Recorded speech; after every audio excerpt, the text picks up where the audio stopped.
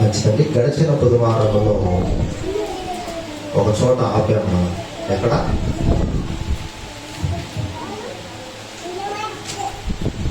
గడిచిన బుధవారంలో ఒక లేఖనం చూపించి అక్కడ ఆగాము. బుక్ రాసుకునే వాళ్ళు ఉన్నారా? రోమా 1వ అధ్యాయము 2-7 వచనాలు కలిసి ఉన్నాయి కదా. అక్కడ మధ్యలో మనము యేసుక్రీస్తు శరీరమును బట్టి దావీదు సంతానముగాను మృతులలో నుండి పునరుత్థానుడైన పరిశుద్ధమైన ఆత్మను బట్టి దేవుని కుమారుడిగాను ప్రభావముతో నిరూపింపబడెను అనే విషయం దగ్గరికి వచ్చి మనం ఆగాము.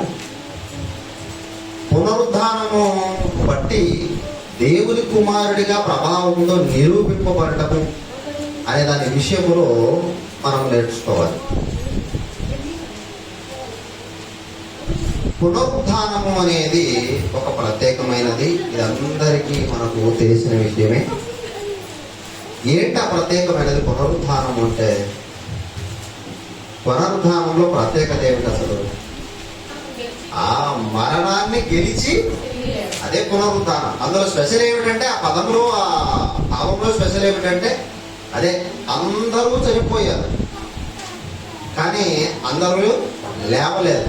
లేచింది యేసుక్రీస్తుల వారి.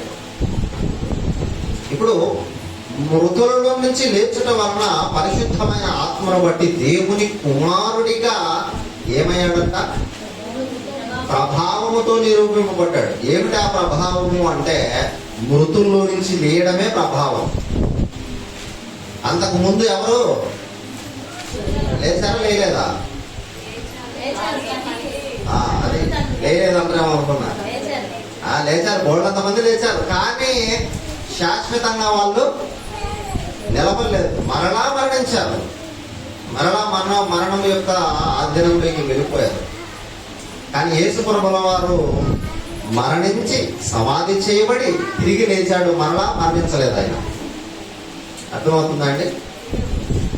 పునరుత్థానము అంటే అదే మరణం మీద విజయం పొందడం. రైట్. ఇప్పుడు జాగ్రత్తగా మనం ఆలోచన చేస్తే యేసు ప్రభుల వారు బ్రతికున్న దినములలో, శరీరధారిగా ఉన్న దినములలో మనిషి కుమారుడు దేవుని కుమారుడు, మనిషి కుమారుడు దేవుని కుమారుడు అని మనకు లేఖనాలు చెప్తున్నాయి. ఎందుకు మనిషి కుమారుడు, ఎందుకు దేవుడి కుమారుడు అన్నది నేను ఆల్రెడీ చెప్పాను. అయినా సరే మరలా ఒకసారి ఈ సందర్భాన్ని బట్టి మరలా నేను టచ్ చేస్తాను. ముందుకు వెళ్దాం కాస్త. ఇంకా యేసు ప్రభుల వారు శరీరధారిగా రాక ముందు ఏ బంధం ఉందని చెప్పాము? నిత్యత్వంలో తండ్రి కుమార బంధం ఉందని చెప్పారు. అది ఎందుకు అనేది సస్పెన్స్ గా పెట్టినాం. ఆ బంధము నిత్యత్వంలో వాళ్ళు ముగ్గురు సమానమైనప్పుడు ఒక ఆయన తండ్రిగాను, ఒక ఆయన కుమారుడిగాను, ఇంకొక ఆయన కుమారుడు అనడానికి లేఖనాల ఆధారాలు లేవు. ఎవరైనా లేఖనం ఆధారం లేకుండా ఇతర కుమారులని చెప్పడానికి లేదు. అది కూడా మనం నిన్న క్లారిటీ తీసుకున్నాం. యేసు ప్రభుల వారికి కుమారుడని చెప్పడానికి ఆధారాలు ఏమిటనేది మనకు ఉన్నాయి. అదే నిత్యత్వంలో కూడా ఎందుకు అనేది కూడా ఉన్నాయి. ఇప్పుడు నిత్యత్వంలో తండ్రి అయిన దేవునికి యేసు ప్రభుల వారికి ఉన్న మధ్య బంధం ఏమిటి? తండ్రి కుమార బంధం నిత్యత్వంలో. ఇప్పుడు శరీరధారిగా వచ్చిన తర్వాత యేసు ప్రభుల వారు ఏమన్నారు? పరలోకంలో ఉన్న దేవుణ్ణి తండ్రి అని పిలిచాడు. తండ్రి కూడా ఈయన నా ప్రియ కుమారుడు, ఈయన యందు నేను ఆనందించుతున్నాను అనే విషయాన్ని కూడా మనకు తెలియపరిచారు. ఇది ఏ కుమారత్వము? శరీరంలో ఉన్నప్పుడు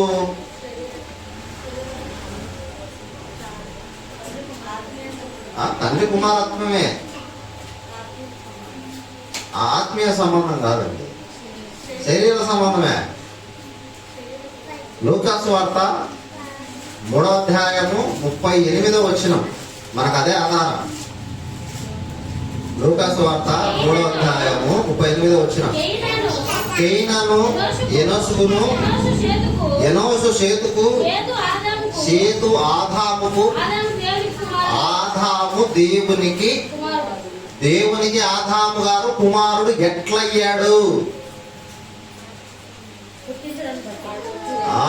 పుట్టించడం బట్టి, సృష్టించడం బట్టి, నిర్మించడం బట్టి, కలుగు చేయడం బట్టి ఆదాము గారు దేవునికి ఏమయ్యాడు?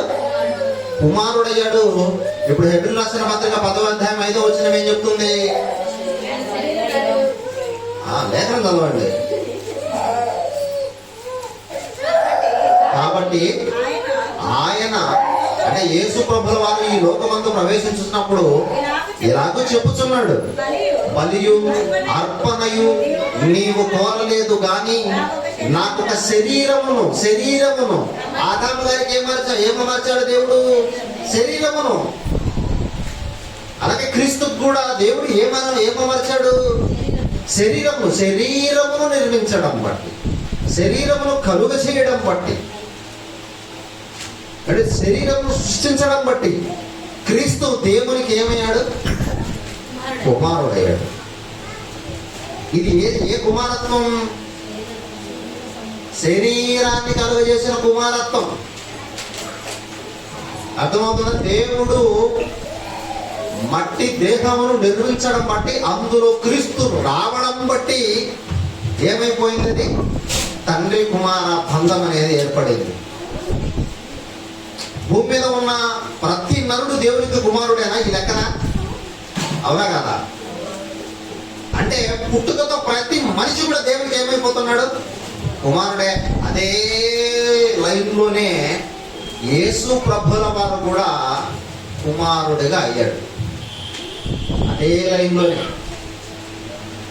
ఎందుకు? ఈ దేహమందు పుట్టడమును బట్టి, ఈ దేహములో ప్రవేశించడాన్ని బట్టి, దైవత్వంలో ఉన్న ఆయన ఏమైపోయాడు? కుమారుడిగా అయ్యాడు ఈ దేహంలోకి రావడానికి బట్టి. ఇది తండ్రి కుమారత్వానికి సంబంధించిన ఒక బంధం, శరీరాన్ని బట్టి. ఇప్పుడు మరణించాడా లేదా ప్రభు? ఇప్పుడు మరణించిన తర్వాత ఆత్మదేహం ఏమైపోయాయి? వేరైపోయాయి. ఇప్పుడు ఆత్మదేహం వేరైపోయాయి. ఈయన ఎవరు? యేసు ప్రభువు వారు ఎవరు కదా?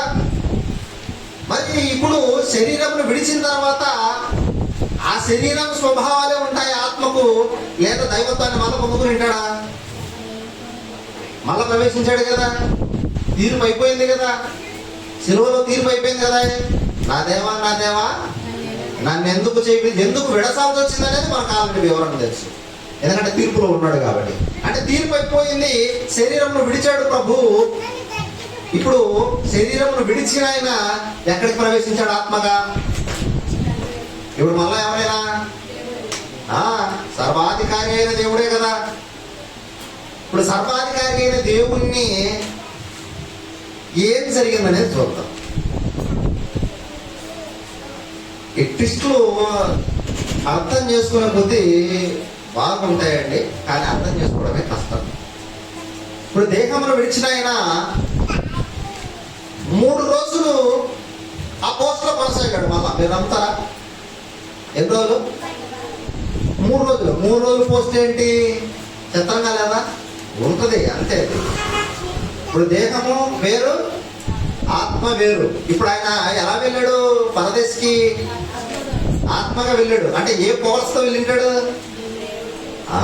దైవత్వంలో ఉన్న పవర్సే, అవి కూడా చెప్తాను. ఆ పవర్లతోనే వెళ్ళాడు.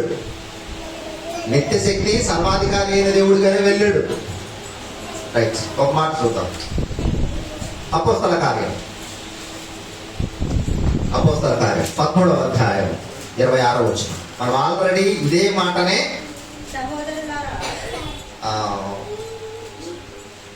కీర్తన గ్రంథం 2వ కీర్తనలో చూసాం. అందులో ఒక లైన్ ఇది. ఇక్కడ మనం 26 నుంచి కంటిన్యూషన్ గా చదువుదాము. అపోస్తల కార్యం 13వ అధ్యాయము 26వ వచనం నుంచి. సహోదరులారా, అబ్రహాము వంశస్థులారా, దేవునికి భయపడువారులారా, ఈ రక్షణ వాక్యము మన యొద్దకు పంపబడి ఉన్నది. యెరూషలేములో కాపురముండు వారును వారి అధికారులను ఆయన క్రీస్తునైనను ప్రతి విశ్రాంతి దినమున చదవబడుచున్న ప్రవక్తల లేఖనములు వచనములనైనను గ్రహింపక యేసుక్రీస్తుకు శిక్ష విధించుట చేత ఆ వచనములను నెరవేర్చిరి. క్రీస్తు యందు మరణమునకు తగిన హేతు ఏదియు కనబడకపోయినను యేసుక్రీస్తును చంపవలెనని వారు పిలాతును వేడుకొనిరి. వారు యేసుక్రీస్తును గురించి రాయబడినవన్నీ నెరవేర్చిన తర్వాత యేసుక్రీస్తును మ్రాను మీద నుండి దింపి సమాధిలో పెట్టిరి. ఇది ముఖ్యమైనది మనకు, ఇది జాగ్రత్త రూపం. అయితే దేవుడు ఇక్కడ ఆగుదాం. అయితే దేవుడు అదే ఎవరు?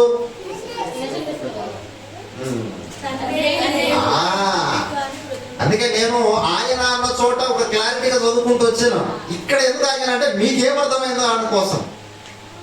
ఇన్ని రోజులు చదువుతున్నాం కదా, ఈ లేఖనం ఈరోజు కొత్త మనకేమన్నా లెక్క లేనన్ని సార్లు చదివింటాం, చెప్పింటాం.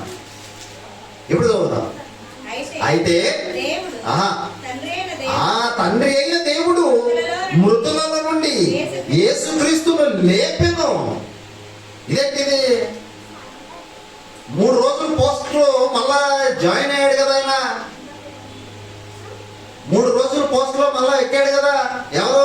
పాతాళానికి, పరదేశిలో, పాతాళంలో ఉన్న పరదేశి ఎలా వెళ్ళాడు? సర్వాధికారి అయిన దేవుడిగానే వెళ్ళాడు. అన్ని పోస్తూనే వెళ్ళాడు. వెళ్ళాడా లేదా? ఆయన సిలువలో పలికిన రెండో మాట ఏంటి అంటే ఏ పొజిషన్ లో అప్పుడే జాయిన్ అయిపోతున్నాడు. అర్థమైపోతుంది కదా. కంప్లీట్ ఎప్పుడంటే ఆత్మ దేహం వేరైపోయిన తర్వాత కంప్లీట్ లేకి వెళ్ళిపోయాడు, ఆ పొజిషన్ లేకి. ఎన్ని రోజులు? మళ్ళా 3 రోజులు. 3 రోజులు సర్వాధికారి అయిన దేవుడిగా ఉన్నాయన నువ్వు ఎవరు లేపుతున్నారంట? ఎవరిని? యేసుక్రీస్తు ఎవరు? అంటే ఒక సర్వాధికారి మరొక సర్వాధికారిని ఏం చేయాల్సి వస్తుంది? ఎందుకు? దేన్ని బట్టి?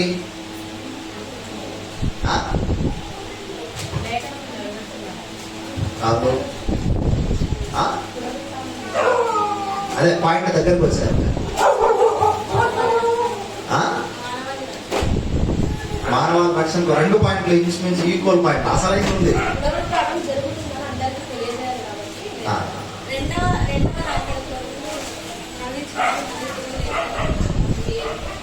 అదే క్లారిటీ మిస్ అవుతుంది అంత. ఏంటంటే ఒక సర్వాధికారి మరో సర్వాధికారిని ఎందుకు లేపాల్సి వస్తుందంటే ఆల్రెడీ ఆయన దేన్ని విడిచి వచ్చాడు? దేన్ని విడిచి 3 రోజులు పోయాడు? రక్త మాంసములు దానిలో ఉన్నప్పుడు ఏమవుతుంది అన్నమాట? ఆల్ పవర్స్ వస్తాయా? రావు. ఇప్పుడు లేపాల్సింది దేన్ని? ఆత్మనా దేహమునా? ఇప్పుడు దేహమును లేపాలంటే ఎవరు రావాలన్నమాట? ఎవరు రావాలా? ఈయన కుమారుడైన దేవుడు. ఈయనకు లేదా పవరు? సర్వాధికారే కదా.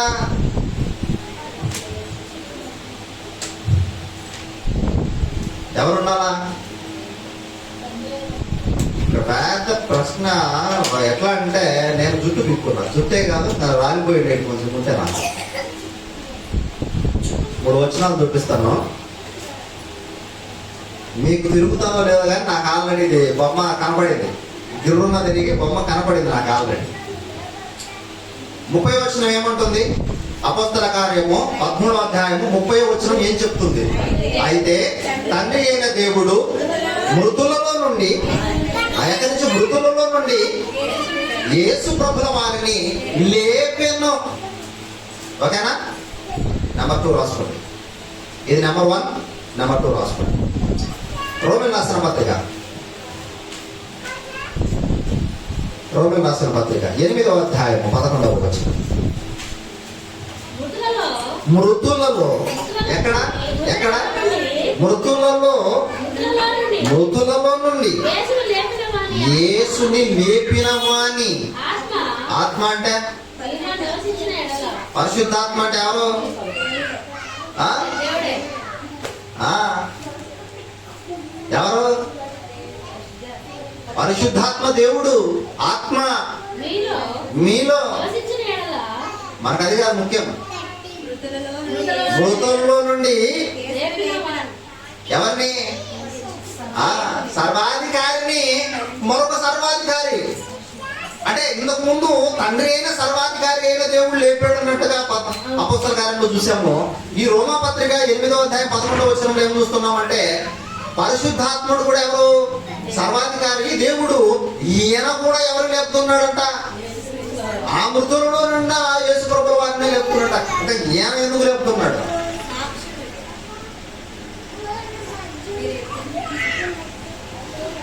సాక్ష్యం అనే పాయింట్ ఓకే, కానీ మెయిన్ పాయింట్స్ ఉన్నాయి.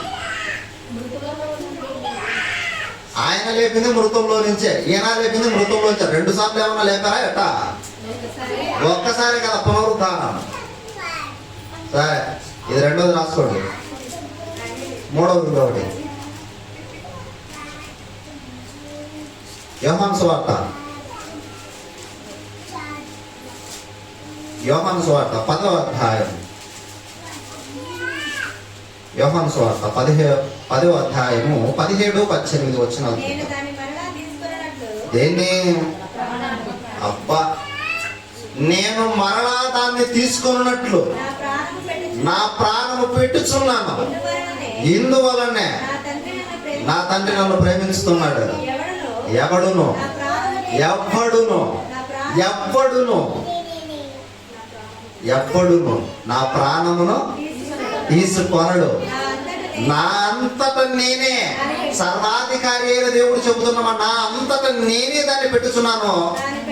దాన్ని పెట్టుటకు నాకు అధికారము కలదు. మృతులలో నుండి కూడా దాన్ని తీసుకున్నటకు నాకు అధికారం. ఇదేంటి? ఇప్పుడు ఈ లెక్కన ఇంతకు ఎవరు లేపినట్టు? ఈయనంతగా ఈయనే లేచాడా?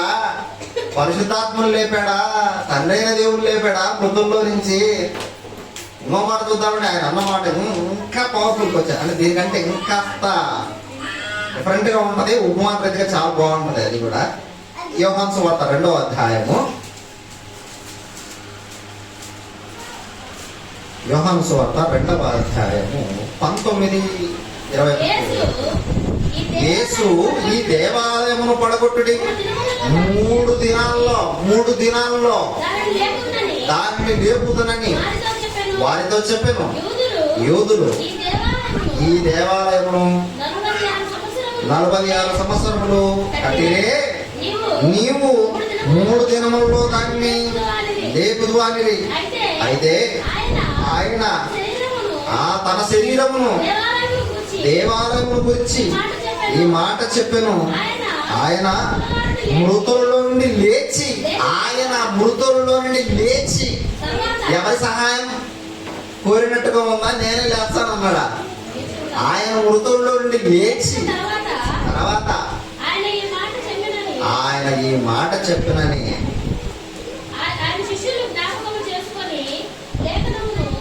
ఒక్కసారి 19 చదువుదాం మళ్ళా ఒకసారి. అక్కడ ఒక చిన్న పాయింట్ మిస్ అయ్యాం మనము. యేసు ఈ దేవాలయం అంటే దేహమును దేవాలయమును పడగొట్టుడి 3 దినాలలో ఆయనే చెప్తానన్నాడు. ఇంకెవరి సహాయం కోరినట్టుకుందా?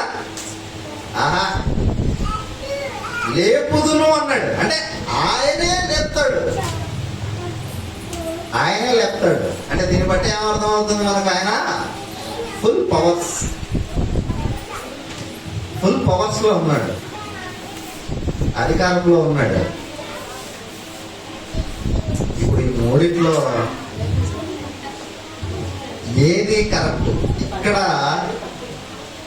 పండితులు కూడా నిజంగానండి ఆడ లాక్ అయిపోయారు, ఆడ బిగించకపోయారు. ఇంకా చాలా మంది ఈ విషయాన్ని బయటికి చెప్పినామంటే 2 జరుగుతాయి. తెలియని వాడు మంచివాడైతే బ్రదర్ నాకు తెలియదని మౌనంగా వెళ్ళిపోతాడు. ఇక రెండవది ఉంది, అదేమిటంటే తెలియని వాడు కోపిస్తే అయితే ఏం చేస్తాడంటే మ్యాన్ హ్యాండిల్ తిరుగుతాడు. ఏం మాడుతున్నాను అని.